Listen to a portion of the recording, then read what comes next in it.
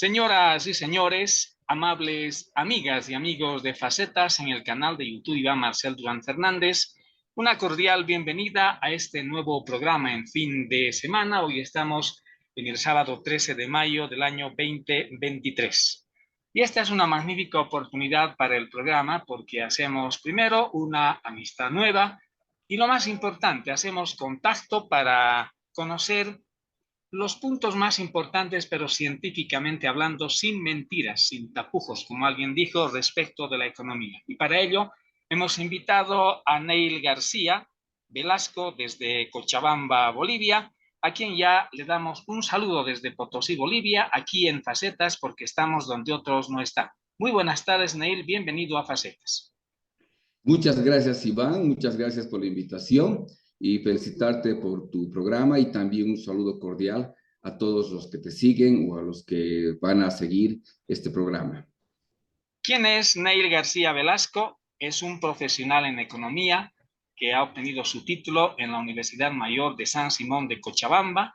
Tiene posgrados en metodologías de la investigación científica, director del Colegio Nacional de Economistas de Bolivia en las gestiones 2016-2017, secretario general del Colegio de Economistas de Cochabamba, gestión 2021-2022, director en programa Economía y Finanzas, director en Investigación, Desarrollo e Innovación, consultores, análisis y opinión en diferentes medios de comunicación. Además, es docente investigador, presumimos, de la Universidad Mayor de San Simón de Cochabamba. Una vez más, bienvenido, Neil, a este programa. Y contigo queremos, durante 30 a 35 minutos, analizar no temas de coyuntura económica, sino temas profundos que atingen al país. Adelante, antes de que te formule la primera pregunta, dar un enfoque de lo que está ocurriendo con nuestra economía. Y alguna vez siempre dije, si primero es la política o primero es la economía. Adelante, Neil, por favor. Bien, para hacer un análisis exacto, profundo de la economía, no podemos desligarnos del componente social y del componente político. Sin duda,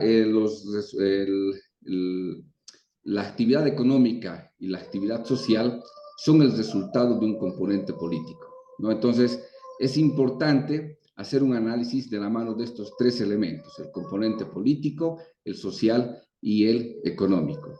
Ahora bien, para hacer un análisis, como te decía, más exacto de la realidad económica, hay que empezar analizando precisamente dos términos que son debatidos en distintos ámbitos, no solamente en nuestro país, sino en otros países del mundo.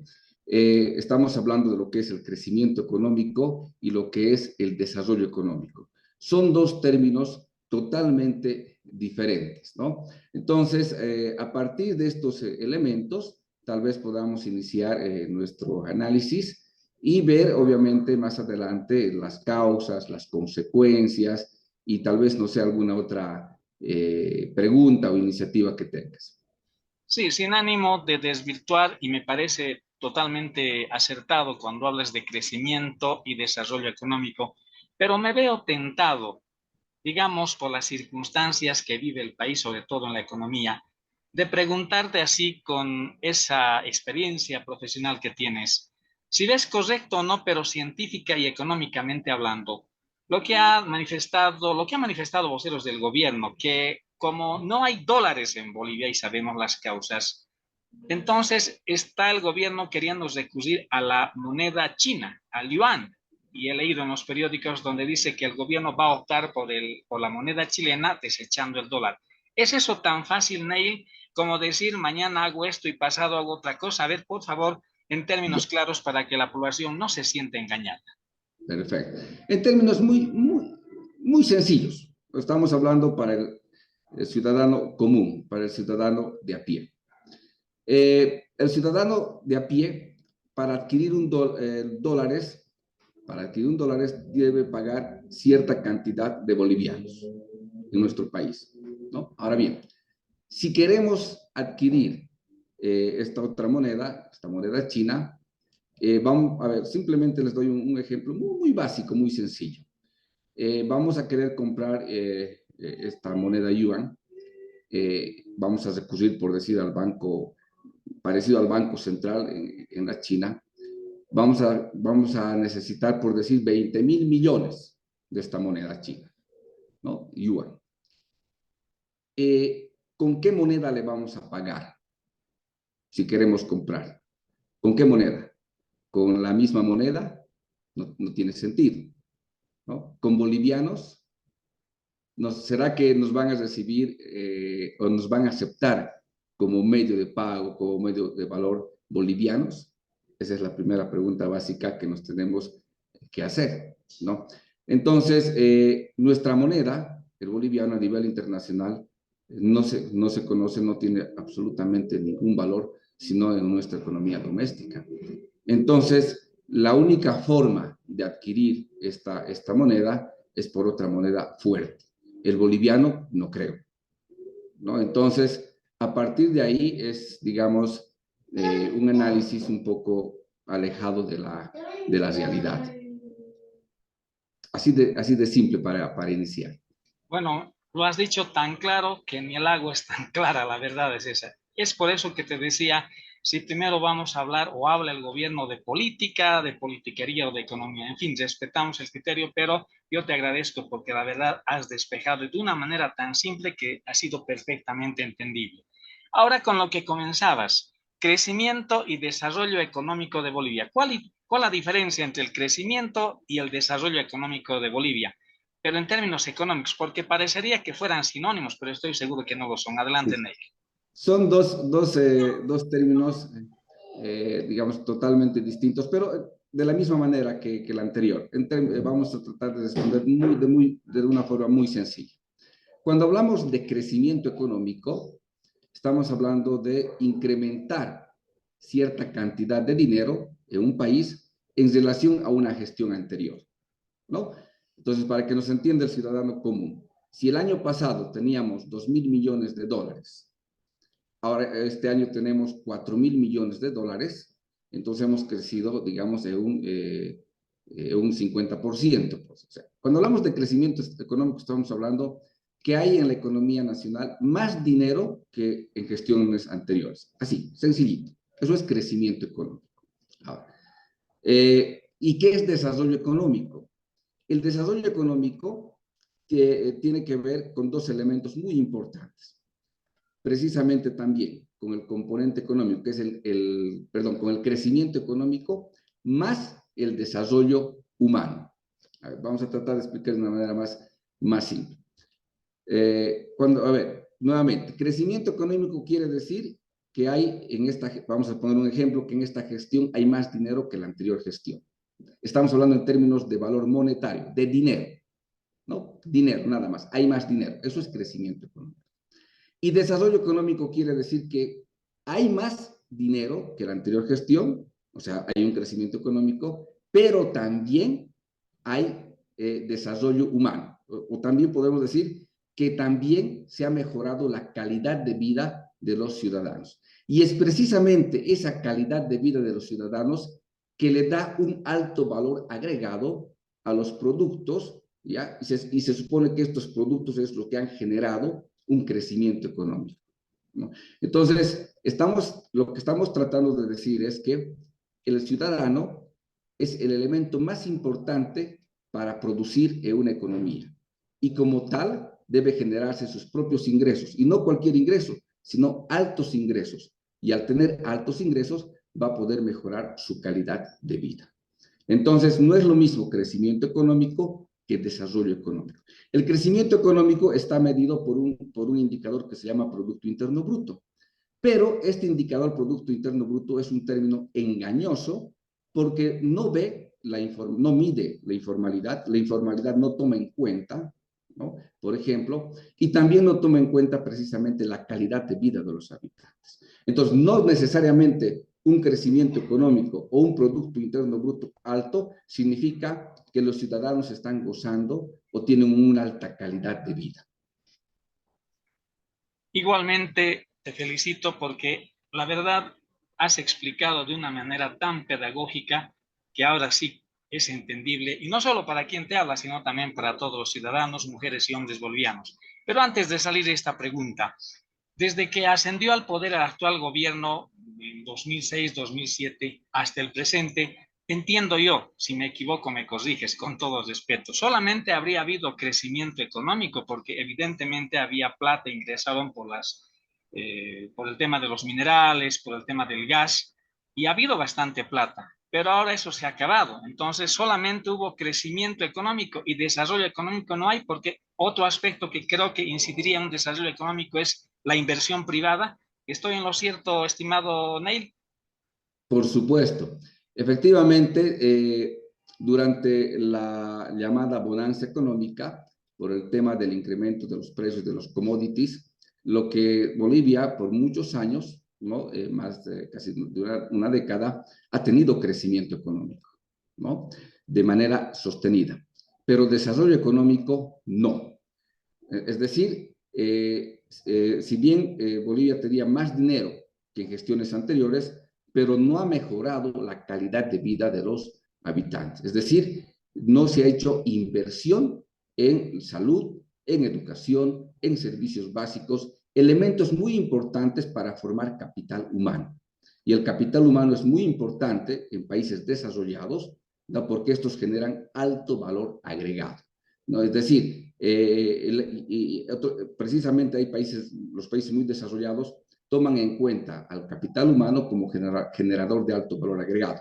En cambio, en países subdesarrollados como el nuestro, el que genera valor y no alto valor agregado es la materia prima, que solamente se va a tener altos ingresos cuando se tengan los precios altos o cuando se tenga materia prima. Y cuando los precios no sean favorables o cuando se agote la materia prima, entonces no hay crecimiento económico, ¿no? Entonces, durante todos estos años, bueno, antes del 2015 prácticamente, se tenía crecimiento económico, pero no desarrollo económico. Las reservas internacionales son algo fundamental, no para la subsistencia, sino para que un Estado tenga vida económica plena. Es como alguien dijo, ¿no? Son los ahorros que pueda tener una familia en el banco, o perdone la expresión, bajo el colchón. Pero en Bolivia, lamentablemente, como algún político dijo, parecería que eso más se lo han farreado, así ha dicho un político, y eso es tan cierto. Ahora bien, ¿qué opinas tú, estimado Neil, de la reciente ley del oro que ha sido aprobada así de una forma un tanto especial? Muchos economistas, y quiero conocer tu opinión, dicen que solamente es un paliativo que durará algunos meses, porque lo que necesitamos es exportar, que tengamos ingresos por el gas, por minerales, pero de buena manera. ¿Qué opinas al respecto? Efectivamente, esta ley, bueno, que ha sido aprobada, es una medida paliativa, ¿no? Que simplemente en términos de tiempo estaríamos, digamos, de alguna manera cubriendo un mes, un poco más de un mes y medio de importaciones, ¿no? Entonces son políticas coyunturales paliativas, ni siquiera efectivas. ¿Por qué? Cuando decimos políticas efectivas, cuando las medidas son efectivas, es cuando estas medidas de alguna manera van a estabilizar la economía o van a ayudar al crecimiento económico.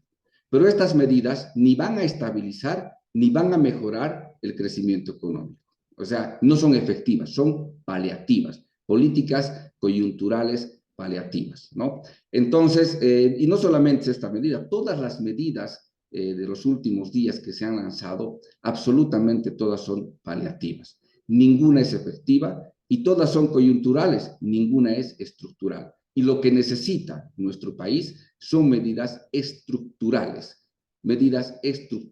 de largo plazo, acompañadas de medidas coyunturales efectivas de corto plazo. ¿Crees tú que el 21060 de 1985 fue una medida estructural? Efectivamente, claro que sí. Esa es un buen ejemplo de una medida estructural que de alguna manera ha logrado precisamente estabilizar la economía y posteriormente ha ayudado a que se genere un crecimiento económico. Eso sí, el 21060. Ahora, tal vez lo que estamos necesitando es algo similar, ¿no? Para si queremos de alguna manera no entrar a profundizar más la crisis, porque ya estamos en crisis. ¿Y crees tú, estimado Neil, que el gobierno, dada su orientación política que tiene, que es más estatista, es más centralizador, más seguidor de las empresas públicas, indirectamente más apoyador, si el término cabe, de incrementar déficits fiscales, y eso lo niega, pero crees tú que podrá hacer no un 21.060, pero sí poner una medida estructural que ponga freno a todo esto? Porque tú lo has dicho, la crisis ya está comenzando y no es que tengamos que hacer asustar a nadie, pero es la purísima verdad. ¿Crees tú que podría hacer eso? Se me ha cortado la última partecita, no te escuché muy bien.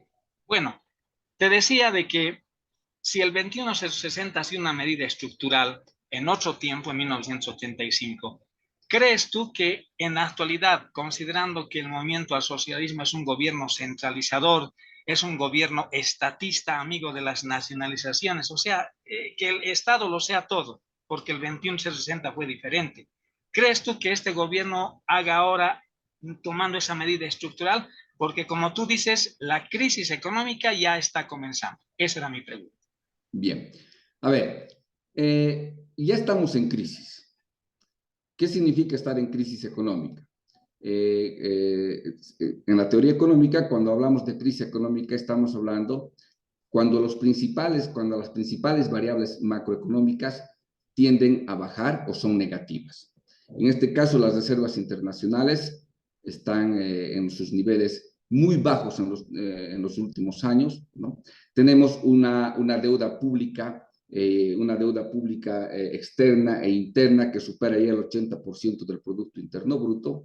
Estamos con déficit fiscal por 10 años casi ya consecutivos. O sea, son problemas, indicadores estructurales que realmente tenemos que tomarlos muy, muy en serio. Entonces, estos indicadores ya nos muestran o nos indican precisamente que ya estamos en crisis. Ya estamos en una crisis económica, más esto del tema de los dólares y demás.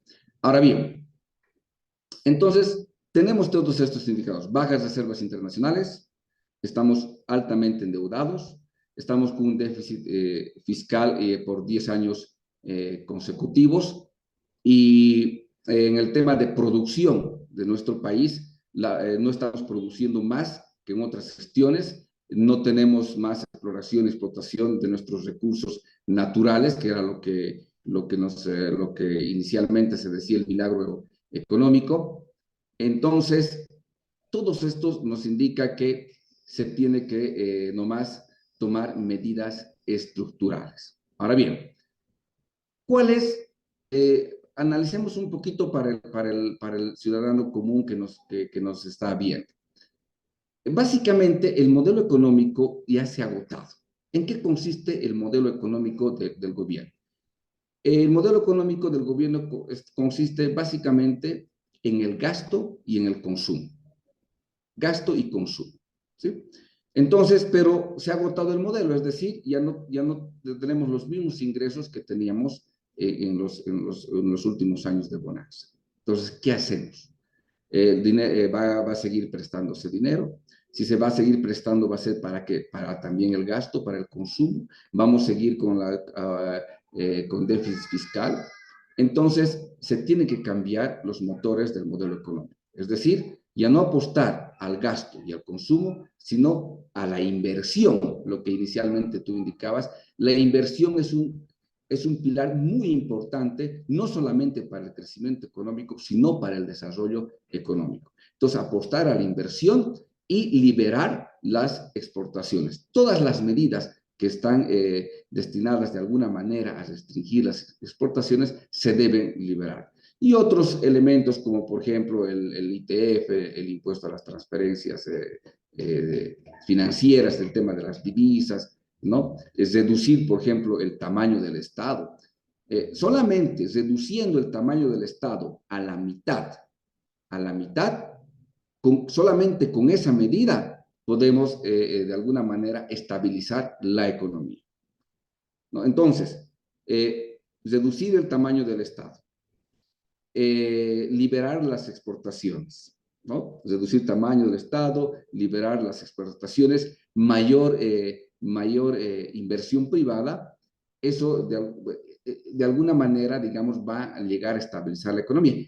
Y también de alguna manera se parece, digamos, a lo que tú decías al 21060, ¿no? Porque para salvar la economía del año 85, lo que hizo el gobierno de entonces precisamente reducir el gasto. Eso significaba disminuir el tamaño del Estado, por ejemplo. Una pregunta que es bien compleja. Estoy seguro que no va a merecer una respuesta concreta, pero el talón de Aquiles, no solo de este gobierno, sino de los anteriores, ha sido el tema de los combustibles, es decir, de mantener la subvención en la gasolina y el diésel.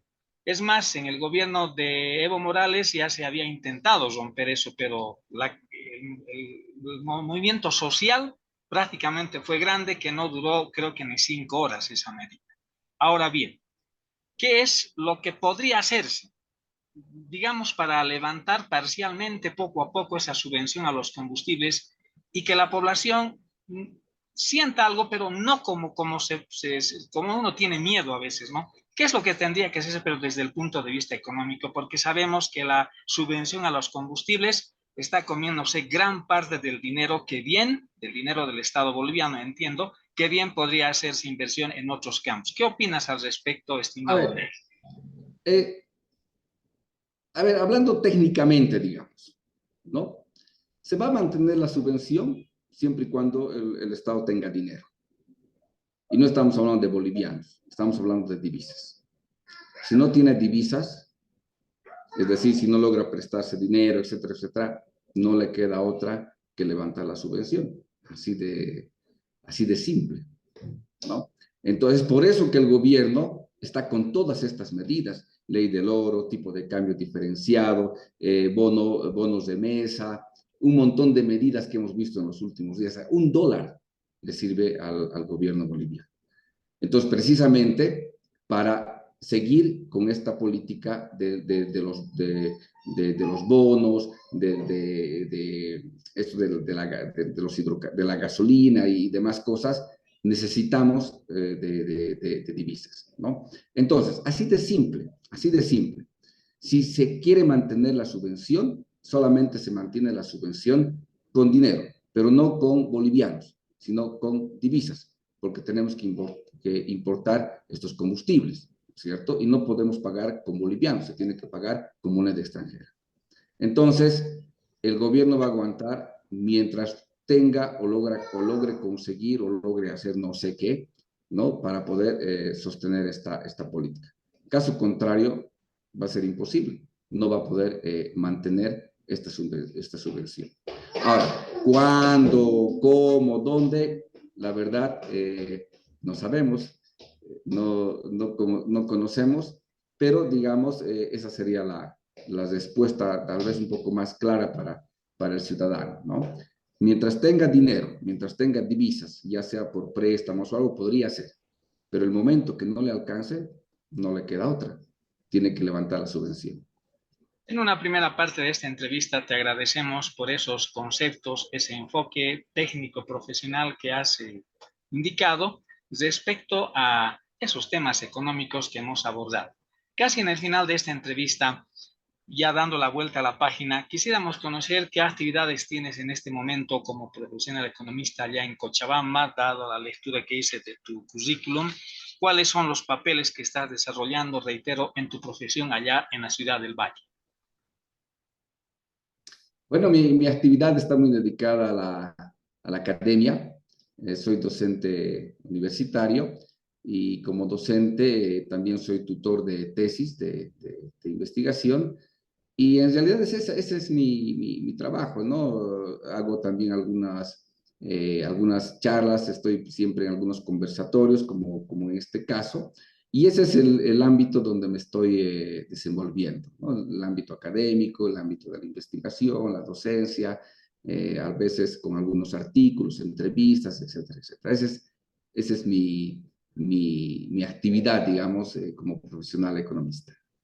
Haciendo votos porque muy pronto, estimado Neil, podamos volver a encontrarnos en este programa de facetas, porque El aporte de los profesionales economistas es siempre fundamental a la hora de tener una visión política del país, no solamente para los gobernantes, porque parece que algunos se han olvidado de la economía, pero sí para el ciudadano, para que entienda y sobre todo se sienta tranquilo. En el final quiero pedirte un mensaje para todo el pueblo boliviano en estos momentos que comienza la crisis, pero ojalá eso no se extienda, porque la verdad, nuestros bolsillos no tienen que quedar vacíos, porque las fuentes de trabajo a nivel privado escasean, por no decir no existen, solamente hay en el área estatal, que eso tú mismo has dicho, ¿no? Es un estado absorbente y está incrementado el déficit fiscal. Un mensaje en el final de esta entrevista, estimado Ney. Bueno, yo creo que el mensaje sería que tengamos una cultura en el manejo de nuestras finanzas y que la tendencia sea siempre con sentido de, incluso más que de ahorro, de inversión. Y sobre todo en estos momentos que ya, yo ya te decía que ya estamos en crisis y que esta crisis tiene una tendencia negativa si no se aplican las medidas adecuadas, ¿no? Unas medidas efectivas. Entonces, el ciudadano debe empezar a manejar muy bien no solamente el ciudadano, sino los empresarios, microempresarios, pequeñas, medianas empresas, grandes empresarios. Bueno, aunque ellos ya tienen toda la experiencia en este caso, pero la inversión es una palabra clave para el éxito, digamos, financiero, tanto del ciudadano común, de las personas, de las familias, como de las empresas. Muchas gracias por tu participación, estimado Neil.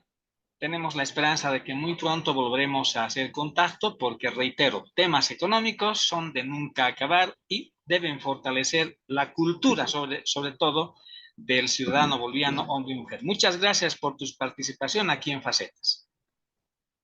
No, gracias a tu programa y gracias a ti por la invitación. Hemos conversado con el profesional en economía Neil García Velasco. Él es docente de la Universidad Mayor de San Simón de Cochabamba. Muchas gracias, estuvo presente hoy con temas económicos. Y concluimos aquí Facetas. Perdón. Adelante, adelante, Neil, si te olvidaste algo. Sí, sí. No, no doy clases solamente, no doy clases en San Simón. Sí estoy dando clases en otras universidades privadas, pero en San Simón no. Bueno, rectificamos Solamente aquello, para aclarar. pero te titulaste en San Sí, Simón de sí. Cochabamba. Gracias. Ya, perfecto. Con Correcto, eso esa, sí, claro que sí. perfecto, con esa salvedad, esa observación ya corregida, gracias una vez más, Neil. Nos volveremos a ver muy pronto aquí en Facetas. Y con ustedes, amigas y amigos, gracias por su deferencia. Volveremos en cualquier momento con Facetas en el canal de YouTube de Iván Marcel Durán Fernández. Muy buenas noches, permiso.